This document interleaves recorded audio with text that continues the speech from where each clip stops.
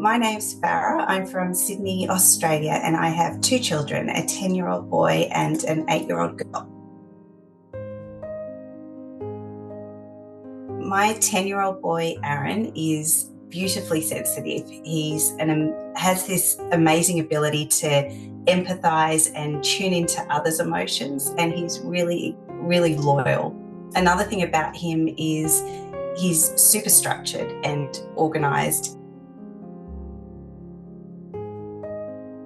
The standout for us with Aaron was emotional regulation, which presented itself in extremely regular bouts of, say, intense frustration. And we were continuously walking on eggshells, and it would start from the minute Aaron arose in the morning all the way through to bedtime. I definitely noticed when he started school and had other children to baseline ourselves against that there was a really obvious difference in behaviours. But interestingly, it wasn't consistent either. So we'd go through phases of 6 to 8 weeks where everything felt relatively balanced and okay.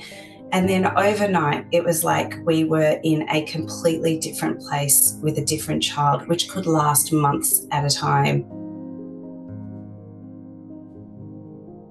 In parallel to those observations, we were getting consistent feedback at school around concentration, focus, and being really easily distracted. I think I was spending hours and hours a day for years trying to find answers, researching different pathways of what it could possibly be. And a lot of the time I'd feel hope and you'd feel like you were getting a little bit of a win, but then you'd realise that that was just a short-term fix, and you'd end up feeling a little bit hopeless again and not knowing what to do, particularly given our doctors don't necessarily see it for what it is holistically. They tend to pinpoint one particular thing and send you down a particular pathway, which feels good in the moment because you feel like you have a bit of hope. But then you start to realise that that's just a short term or not necessarily fixing the root cause. So I'd say probably helpless was my main feeling. We initially saw a paediatrician and he did some initial tests, and the testing is quite limited. But from that, we understood Aaron was iron deficient. He had parasites in the gut, apparently. And initially, again, I was relieved. I thought I'd finally found the answers. We got him on iron supplements, several rounds of antibiotics, several rounds. Little did I know the damage that was doing to his gut. After 3 to 6 months, things were a little better.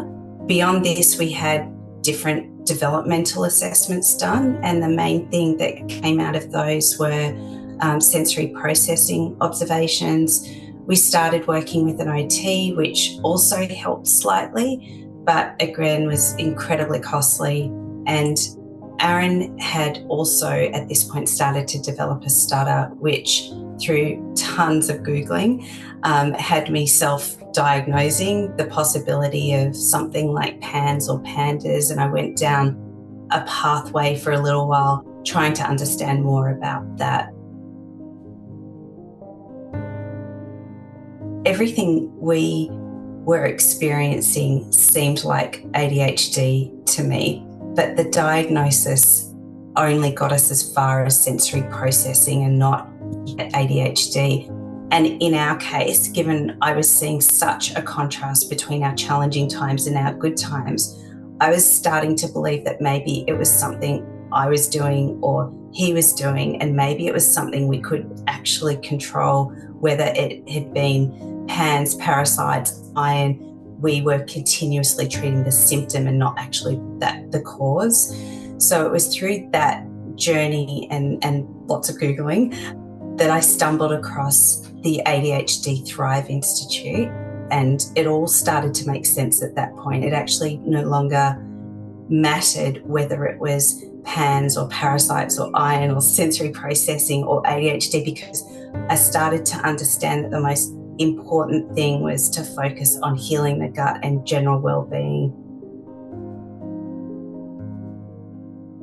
He was better at self-regulating. I would say within that month, better, and then it just continued to get better and better over the course of the 3 months and the 6 months.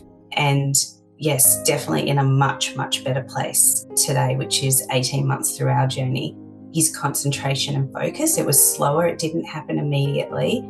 Today, it's much better. He's just started at a new school, and I asked him the question yesterday. I said to him, do you feel like you're able to focus in class? And he said, yeah, that's not a problem at all at the moment. The stuttering went away really quickly as well, actually. The stuttering, we absolutely have no sign of stuttering. I can't remember when it actually went away. I would say probably within that first quarter of our protocol.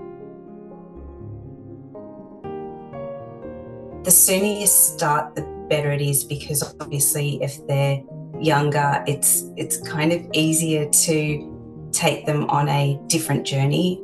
I would imagine with older kids, it would probably be a little bit harder to articulate the need, or they'll probably have their own opinions. It's probably easier to change younger kids' minds and influence them differently.